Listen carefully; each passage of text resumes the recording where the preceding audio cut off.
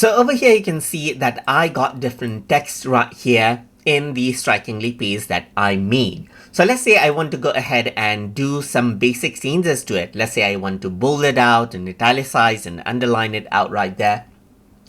In that case, you can select out the text that you want, let's say for example, and over here you can see that bold is an option. You can go ahead and bold it right here. You can even go ahead and select and bold this particular text as well. You can go ahead and select, let's say for example, Control B. You can press Control B on your keyboard to bold it out. So regular shortcuts that you use to edit text works here as well.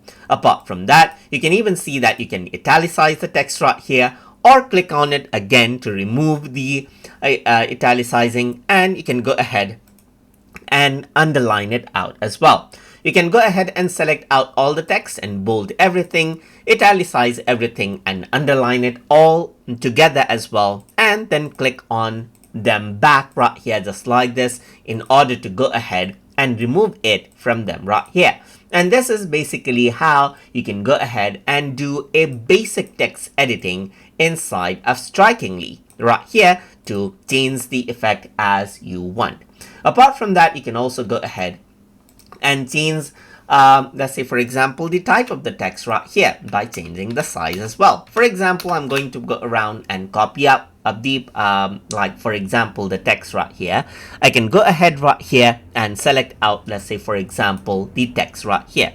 You can see that I got different text options right here. I can go ahead and change around the size of the text right here. So this is 17 pixels as you can see right here, but I can change it out to 22 and the size of the text will change. You can go ahead and reset it to make it default as well.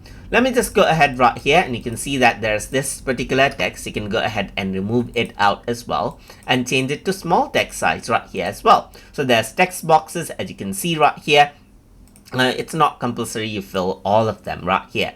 But anyways, let's say for example, within this particular text box itself, I'm going to say, let's say for example, this spot right here is going to be the title. The next spot right here. So I'm just going to go around over here, just like this. So let's just press Ctrl Z to go back. This spot right here is going to be the title as well. So just like this, I'm just going to go around over here and change it out.